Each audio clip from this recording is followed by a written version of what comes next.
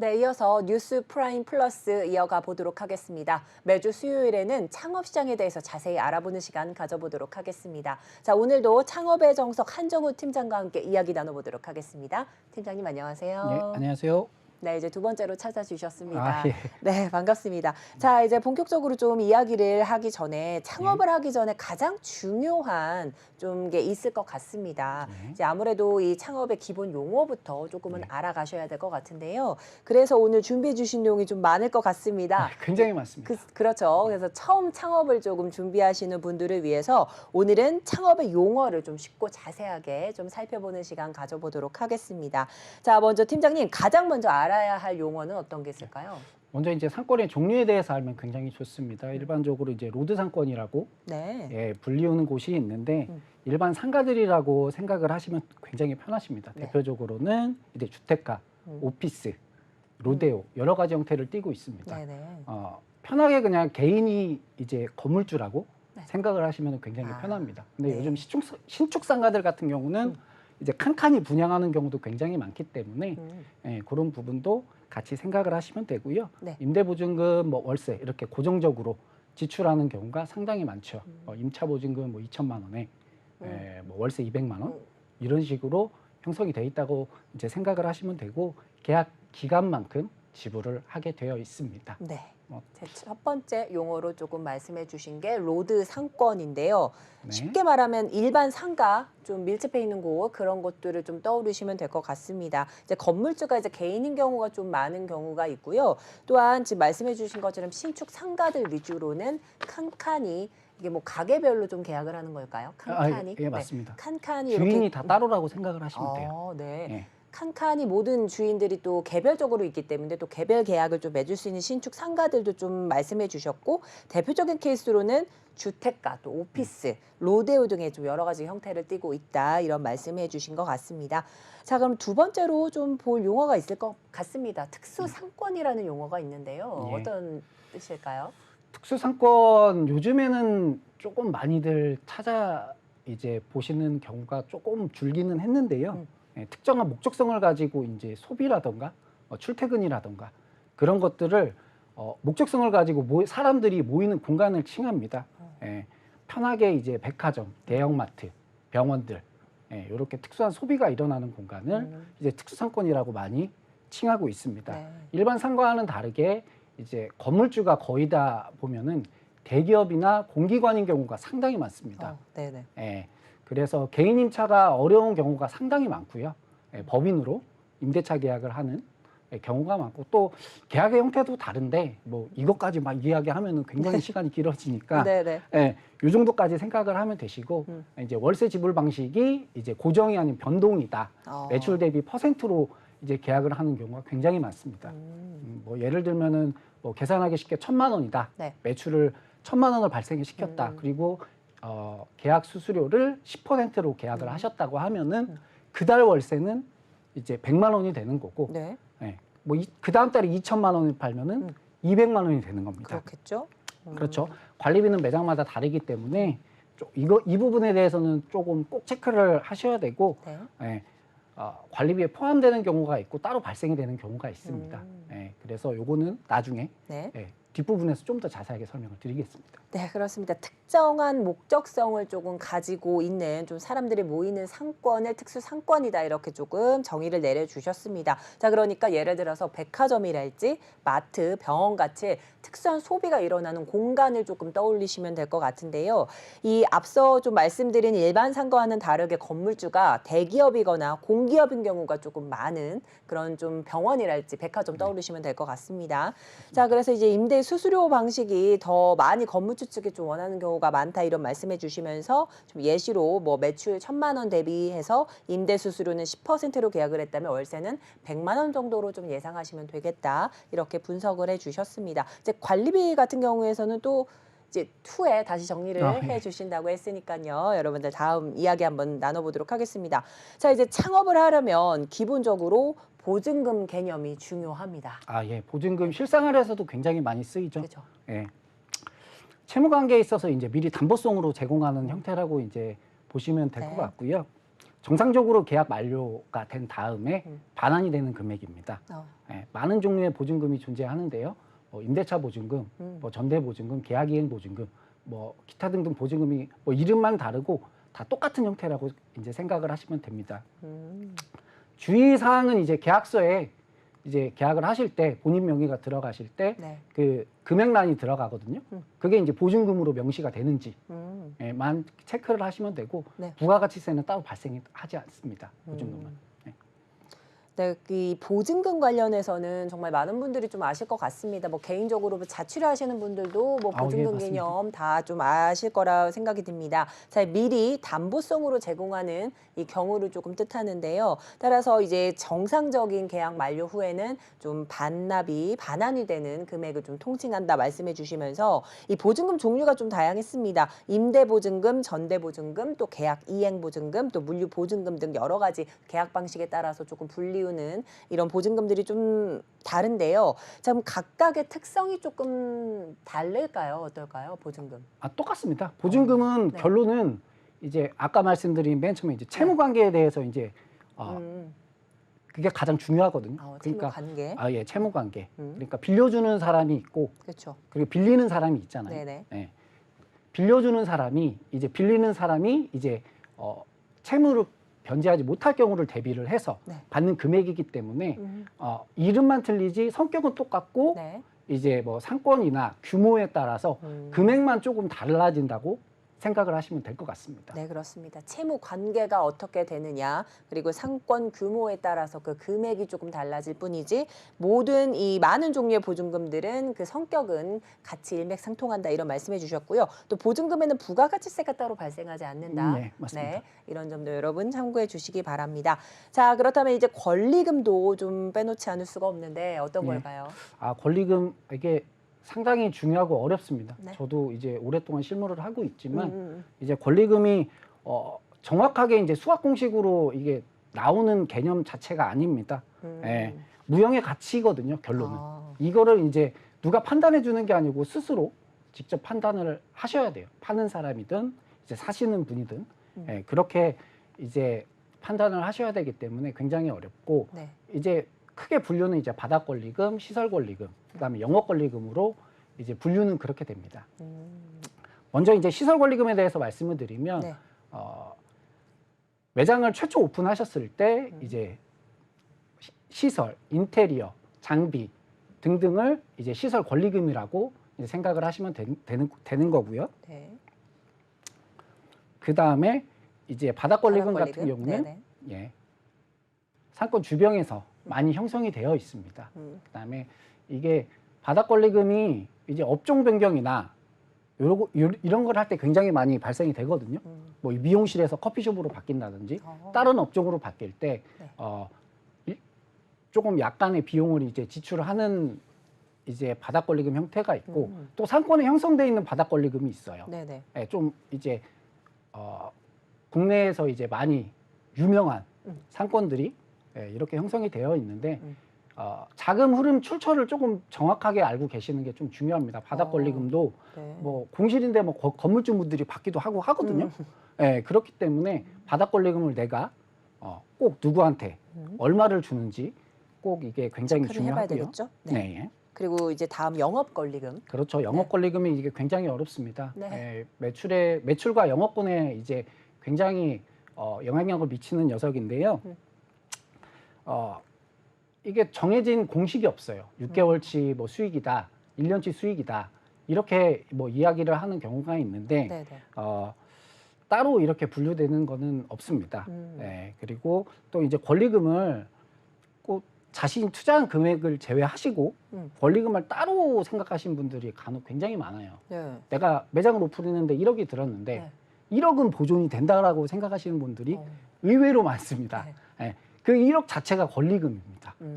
그래서 나중에 계약서를 작성을 하실 때 통상적으로 권리금 하나로 계약서에 명시가 되는 경우가 거의 대부분이라고 보시면 돼요. 시설, 영업, 바닥 이렇게 따로 안 씁니다. 따로 쓰지 않고 한 개로 쓰기 때문에 그런 부분에 대해서 꼭 참고를 해주셔야 될 것 같고요. 인지도가 있는 브랜드 같은 경우는 조금 더 권리금 보호에 조금 용이하다고 생각을 하시면 조금 편하실 것 같습니다. 네, 그렇습니다. 자, 시설 권리금, 바닥 권리금, 영업 권리금 이렇게 좀 분석을 해주셨는데 이게 따로따로 권리금 뭐 계약서 상에 좀 명시돼 있는 게 아니라 계약을 할 경우에는 그냥 하나의 권리금으로서 계약을 한다 이런 말씀이신 거죠. 네, 맞습니다. 네, 그렇습니다. 자, 이제 시설 권리금 같은 경우에는요, 매장을 좀 최초로 오픈을 했을 때 이 시설, 인테리어, 장비 등에 좀 포함된 그런 권리금을 말한다 이렇게 말씀해 주셨고, 바닥 권리금 같은 경우에는 상권 주변에 이미 형성되어 있는 권리금으로 조금 보시면 될 것 같습니다. 업종 변경 시 좀 많이 내고 들어가는 점도 여러분 참고해 주시고요. 이 자금 흐름 출처를 좀 명확하게 알아야 되는 권리금이다 이렇게 말씀해 주셨습니다. 그리고 영업 권리금 같은 경우에는 가장 좀 많이 좀 말이 많은 권리금의 형태다 이렇게 말씀해 주시면서 미리 영업을 해서 생긴 매출에 관한 권리이기 때문에 정확한 책정 공식이 없는 점도 좀 골치가 아픈 점이다 이렇게 말씀해 주셨습니다. 전반적으로 이 권리금이 가장 창업에 있어서 어려운 점일 것 같다고 이렇게 말씀해 네, 주셨는데 굉장히 어렵습니다. 이 저희가 이제 처음 창업을 하는 분들을 대상으로 해서 이렇게 조금 예. 진행을 해 주시지 않습니까? 예, 이 맞습니다. 권리금 상황 때문에 조금 안 좋은 상황이 됐거나 아니면 좀 어려운 상황, 좀 예를 들어서 어떤 경우가 좀 있었을까요? 권리금을 그러니까 이제 안 좋은 상황을 최악의 설정을 하시면은 네. 이게 시세보다 무리한 권리금을 주고 이제 창업을 하시면은 이게 네. 문제가 되는 거예요. 그러니까 모르는 상태에서, 무지한 그렇죠. 상태에서. 무지한 네. 상태에서 뭐 브랜드의 가치라던가 아까 말씀드린 상권의 가치라던가 어. 그다음에 뭐 수익에 대한 가치 네. 여러 가지가 이제 형성이 되어 네. 있거든요. 그런 거를 이제 결정하는 것들을 그냥 배제하고 자신의 네. 기준점으로만 그냥 음. 시세 대비 조금 높게 아. 권리금을 주고 인수를 하시거나 네네. 뭐 무리한 투자를 진행을 하시면은 결국에는 나중에 이제 제가 언제가 될지는 모르겠지만 네네. 환급성도 굉장히 중요하거든요. 내가 얼마를 투자해서 얼마를 갖고 나오느냐도 굉장히 중요한 부분이기 그렇죠. 때문에 그렇게 되면은 결국에 나중에 놓고 보면은 내가 이제 수익이 난 게 아니에요. 결국에는 뭐 자기 인건비도 못 건져가는 아. 그런 최악의 상황이 나올 수가 네. 있기 때문에 그런 부분에 대해서는 반드시 주의를 하셔야 합니다. 자, 근데 초보 창업자분들께서는 정말 말씀해 주신 것처럼 무지한 상태가 좀 많으실 것 같은데 어떻게 좀 이렇게 면밀하게 따져볼 수가 있을까요? 일단은 요즘에는 이제 정보가 굉장히 많습니다. 일차적으로 이제 정보 습득.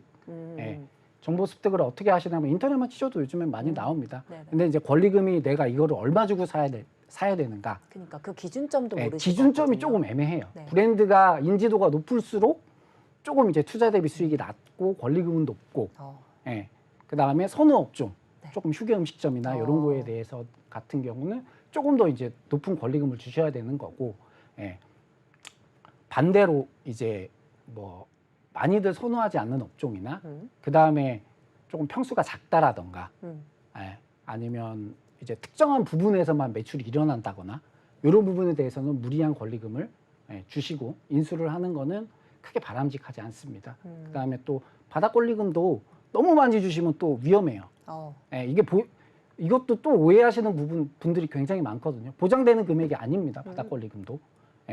결국에는 바닥 권리금 있다라는 얘기는 대부분 월세가 높다라는 이제 확률이 높거든요. 네네.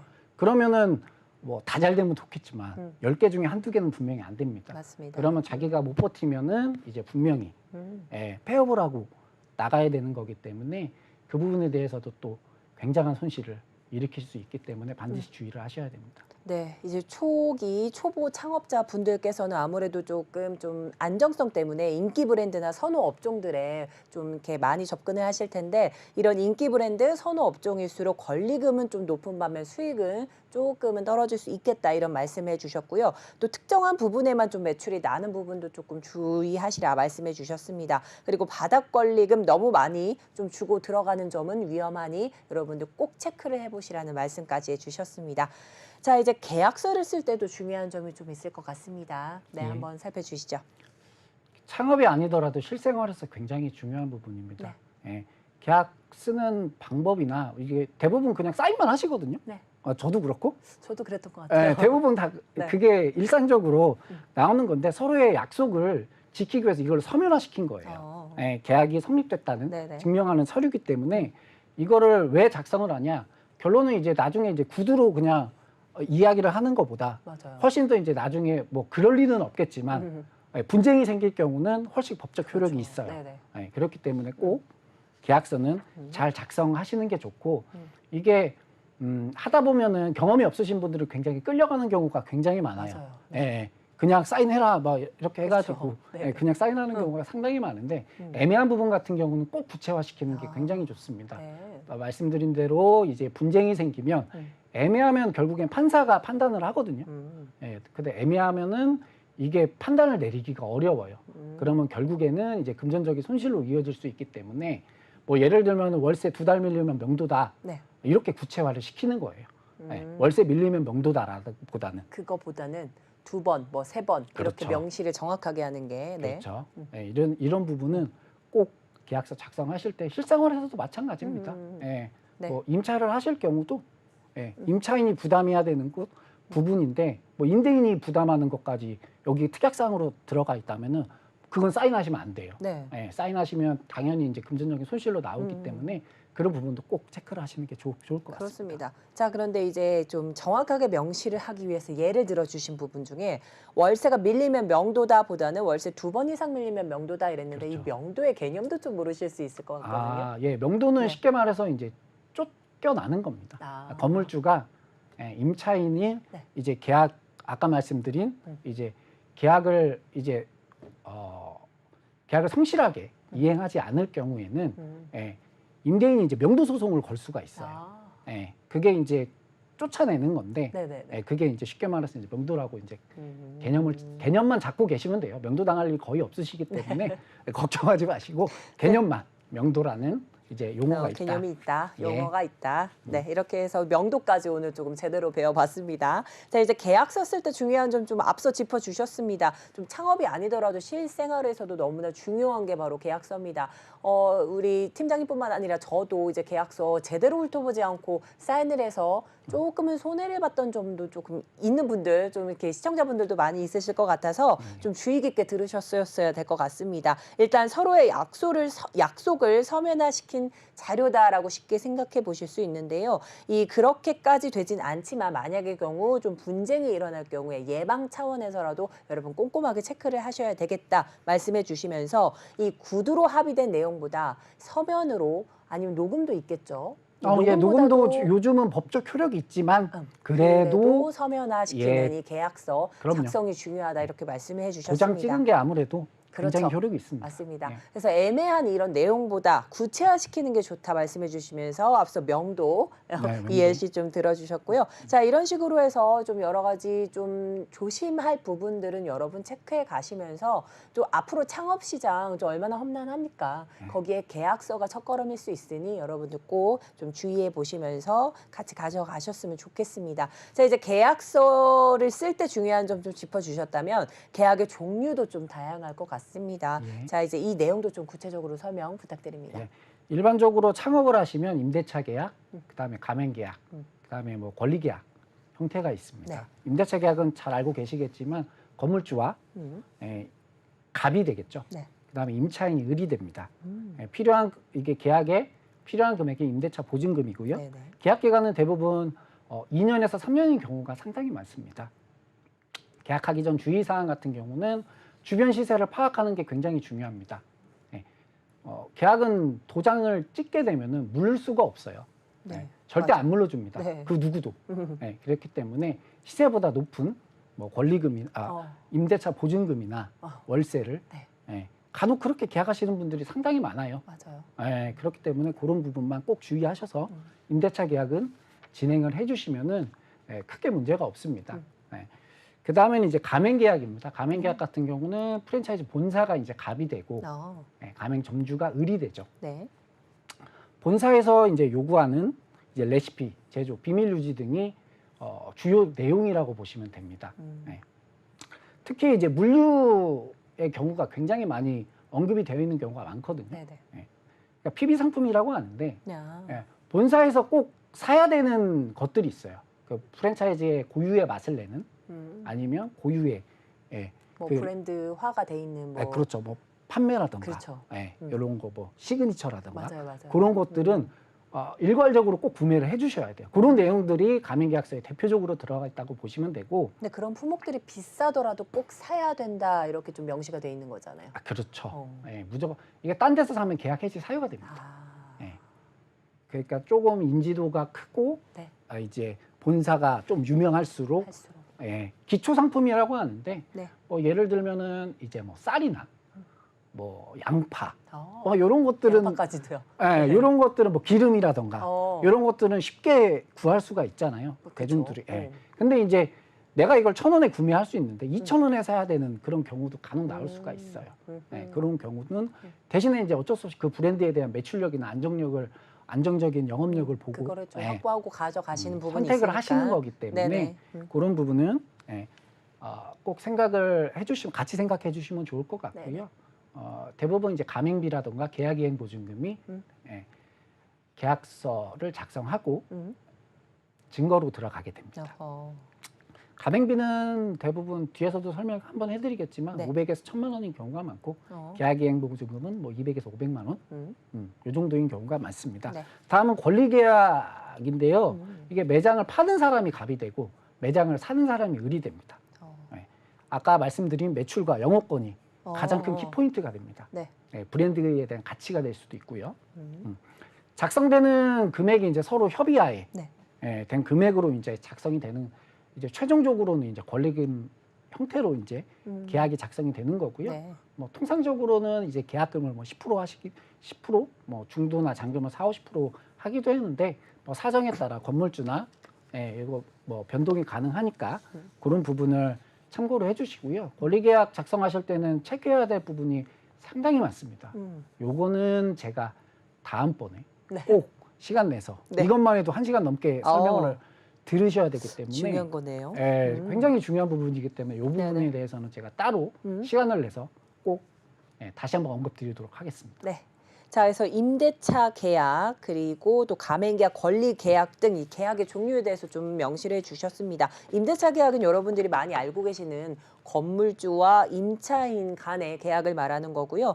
또한 가맹계약은 프랜차이즈 본사와 가맹점 정주 간의 계약을 말하고 또 권리계약은 이 매장을 파는 사람과 그 매장을 사는 사람 간의 계약을 이렇게 좀 명시를 해주셨습니다. 자, 여러 가지 좀 특징들 살펴주셨는데요.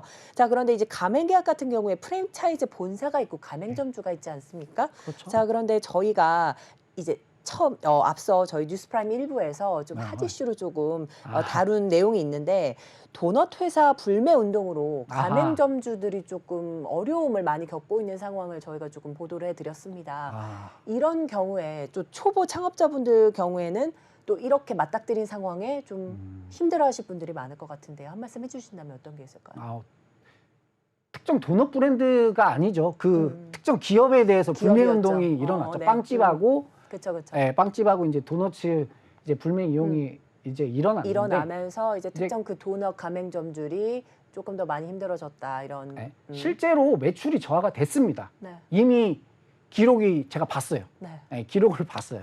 실질적으로 매출이 저하가 됐고 피해는 가맹점주들이 봤어요. 이미. 그쵸. 이미 본 상황이지만 그것은 조금 불강력적이라고 조금 판단을 하셔야 될 것 같아요. 그 누구도 모르잖아요. 앵커님도 모르고 그렇죠. 저도 모르고 그 누구도 모르기 때문에 그런 부분에 대해서는 안타깝지만 그냥 너무 스트레스 받지 마시고 가맹점주님들께서는 그냥 지나가는 과정이라고 생각을 하시면 됩니다. 결국에는 다 원상복귀가 됩니다.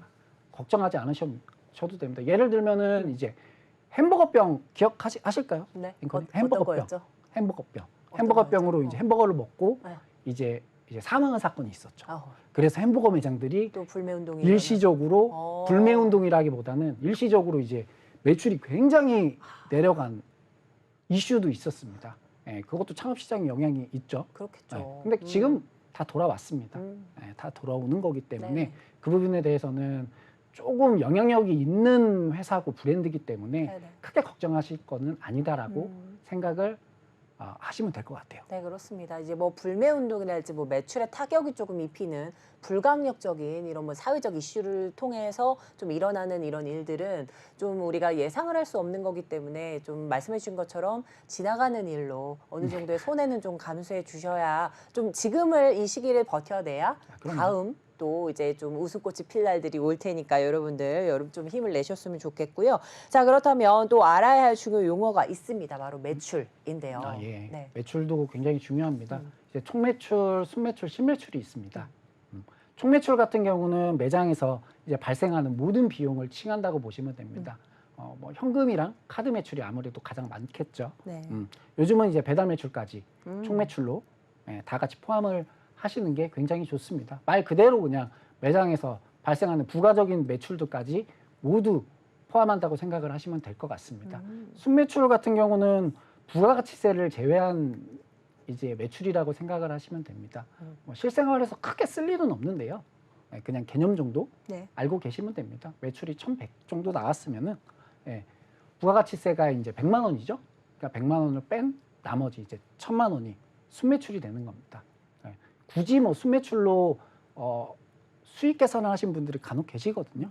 근데 이제 매입공제를 통해서 다 공제 받을 수 있기 때문에 굳이 뭐 순매출로 수익 계산을 뭐 하지는 않으셔도 네. 됩니다. 그다음에 이제 실매출 같은 경우는 할인이나 할인? 쿠폰 이런 것들을 제외한 금액을 이제 실매출이라고 합니다. 많이들 뭐 이용하는 게 이제 10번 먹으면 한 번 무료라던가 아니면은 뭐 통신사 할인 이런 것들이 대표적으로 있죠. 그렇죠. 이런 것들을 제외한 매출이 이제 실매출입니다. 그 할인된 이제 그 구간이 있잖아요. 네네. 금액이 그 금액을 이제 프랜차이즈 본사가 부담하는지 아니면 가맹 점주가 부담하는지 이런 부분을 꼭 잘 체크하시면 네. 굉장히 수익 계산하는 데 도움이 되고요. 그렇죠. 뭐 실매출 같은 경우는 이제 프랜차이즈 본사에서 부담해주는 금액이 없으면 결국에는 이제 원가율이 올라가는 거기 때문에 수익이 조금 하락할 수 있다는 점 참고하시면 더 좋을 것 같습니다. 네. 자, 이렇게 매출 아무래도 좀 창업자분들 좀 많이 좀 매출에 대해서 조금 귀담아 들으셨을 것 같은데요. 여기 이제 총 매출과 순 매출 또 실매출 개념에 대해서 설명을 해주셨기 때문에 이제 향후 좀 벌어 나가시는 그런 과정 속에서 좀 참고를 해주시면 될 것 같습니다. 자, 여기 이제 관리비도 빠질 수가 없겠는데요. 예, 관리비. 네. 좀 정리 좀 관리비도 내려주시죠. 네. 굉장히 중요합니다. 뭐 경우에 따라서는 이제 월세보다 조금 더 중요할 수가 있는데요. 관리비는 이제 직접비하고 간접비로 나뉘게 됩니다. 네네. 직접비 같은 경우는 많이 알고 계시는 뭐 전기세, 수도세, 가스비 이런 경우가 직접비라고 이제 생각을 하시면 돼요. 이거는 뭐 매출이 일어나면은 많이 나옵니다. 쓰는 만큼 나오는 거기 때문에 뭐 수도세나 이런 것들은 많이 안 나옵니다. 수도세나 이런 것보다는 많이 나오는 거는 아무래도 이제 전기세죠. 전기세죠. 평수가 크거나 네네. 아니면 냉난방기 대수가 많거나 이런 경우는 이제 전기세가 이제 많이 나올 수 있고 전기세만 평수가 크고 뭐 이러면 뭐 100만 원 이상 나오기도 합니다. 월. 그러면은 조금 부담이 될 수 있기 그렇겠죠. 때문에 그런 것들 조금 참고해서 해주시면 되고 가스비도 이게 만만치 않거든요. 일반 음식점 같은 경우는 가스비가 상당히 많이 나옵니다. 전기세뿐만이 아니고 네네. 가스를 사용하기 때문에 매출 대비 그래도 뭐 한 1에서 3% 정도는 나오는 편이기 때문에 매출이 큰 매장 뭐 5천 이상, 뭐 4천 이상 나오는 매장들 같은 경우는 가스비만 뭐 100만 원, 300만 원씩 나오는 경우가 굉장히 많습니다. 그래도 매출만 잘 나온다면요. 예, 그렇죠? 그럼요. 그래서 그런 경우 이제 직접비라고 생각을 하시면 되고 직접비. 이제 간접비가 굉장히 중요하죠. 간접비가 많은 창업자분들이 굉장히 놓치고 저도 처음 일할 때는 이런 부분도 굉장히 놓쳤었어요. 흔히 말하는 이제 공용관리비라고 이제 칭합니다. 어떻게 보면 월세랑 굉장히 비슷한 개념을 가지고 있어요. 평당 관리비라고 합니다. 내가 이 공간을 임차를 하게 되면은 평당 이 매장을 이제 관리하기 위해서 임대인 측에서 걷어가는 비용이라고 생각을 하시면 돼요. 대부분 평당 부과되는 경우가 상당히 많아요. 좋은 건물이나 유동인구가 많을수록 이런 관리비가 책정이 되어 있다고 생각을 하시면 됩니다. 예를 들어서 뭐 평당 한 2만 원 관리비가 책정이 되어 있다면 20평을 쓰면은 이제 고정으로 40만 원이 나가게 되는 겁니다. 그렇겠죠. 여기다 이제 포인트가 아까 말씀드린 전기, 수도, 가스나 이런 것들은 이제 별도 사항으로 생각을 하면 되고 진짜 좋은 데 같은 경우는 평당 막 5만 원, 10만 원씩 하는 경우도 있어요. 그러면은 월세만큼. 예, 아까 그래서 이제 놓쳐가지고 낭패를 보시는 부분이 바로 그 부분이에요. 그냥 상권이 좋아서 결정을 하셨는데 네. 이게 생각보다 매출이 안 나오는데 이제 고정비 부담이 너무 큰 거죠. 그렇죠. 고정비가 뭐 평당 이렇게 뭐 한 7만 원, 8만 원 해버리면은 예, 뭐 한 150, 200 하거든요. 여기다 이제 월세까지 더하게 되고 이제 전기수도까지 더하게 되면은 관리비로만 엄청난 금액을 지불하는 거기 때문에 이런 공용관리비 부분은 꼭 계약하시기 전에 체크하는 게 굉장히 좋습니다. 네, 이제 관리비에 대해서 좀 말씀해 주셨는데 이게 월세처럼 고정비 개념으로 조금 아셔야 되겠다 말씀해 주셨습니다. 자, 여긴 직접비와 또 간접비로 좀 나눠지는데요. 직접비에는 뭐 전기세, 수도세, 가스세 등이 좀 포함되는, 그러니까 이제 뭐 가게를 운영하거나 매출이 나오게 된다면 자연스럽게 발생되는 그런 직접비를 좀 말씀해 주셨고요. 또한 간접비에는 이 고용 관리비라고 해서 이 평당 관리비, 월세와 좀 비슷한 개념이다 말씀해 주셨습니다. 따라서 유동인구가 많고 시설이 좋거나 또 상권이 좋은 이런 곳에서는 이 관리비가 평당 뭐 5에서 10만 원까지도 하기 때문에 월세에 버금가는 점 여러분들 좀 참고해 주시고, 이런 부분 체크 안 하고 계약을 했다가 이제 낭패를 보시는 경우도 많기 때문에 여러분 꼭 이 놓치지 않고 좀 보셔야 될 것 같다 이런 말씀해 주셨습니다. 자, 이제 창업을 할 때요, 프랜차이즈를 선택하게 되면 발생할 수 있는 또 고정, 또 이 지출이 좀 있을 것 같습니다. 이것도 중요할 텐데요. 네, 프랜차이즈를 선택을 하면 대표적으로 이제 로열티라는 이제 고정비가 지출을 하게 됩니다. 그렇죠. 네. 앞서 말씀드린 가맹계약서에 명시가 됩니다. 로열티는 가맹 점주가 얼마를 내야 하는지 꼭 명시가 되기 때문에 네. 계약하시기 전에 뭐 유명업체들 같은 경우는 이미 많이 있어요. 맞아요. 이미 공개된 부분이 많이 있지만 유명업체가 아닌 경우는 이제 조금 체크를 잘 하셔야 돼요.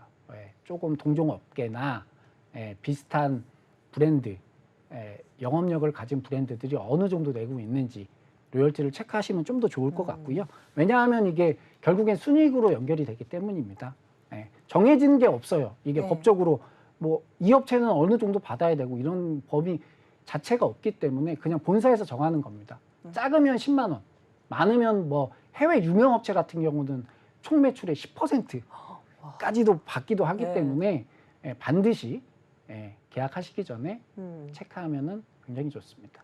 네, 이 로열티 관련해서 프랜차이즈는 좀 때려야 될 수가 없는데요. 이 프랜차이즈를 선택하게 된다면 발생할 수밖에 없는 고정 지출이다. 그것이 바로 로열티다. 이렇게 말씀해 주셨습니다. 자, 이런 경우에는 본사에서 좀 책정하는 내용이 상당수이고 또 뭐 경우에 따라서는 뭐 매출의 10%까지도 내야 되는 이런 점도 있기 때문에 여러분 참고해 주시고요. 자, 그렇다면 마지막으로 창업 시에 꼭 알아야 할 용어가 있다고 하셨는데 어떤 거죠? 예. 네. 가맹비 대부분 초보 창업자분들 같은 경우는 이게 선택지가 많이 없어요. 결국에는 프랜차이즈를 선택을 합니다. 그렇죠. 안정성 때문에요. 네. 안정성보다는 이게 대부분 기술이 없죠. 기술이 없어서. 그렇죠. 소비자를 조금 이제 대중적으로 검증된 그런 레시피나 네네. 물류 시스템이라든가 그런 맛이라든가 이게 보장된 게 없기 때문에 맞습니다. 프랜차이즈를 선택을 하시게 됩니다.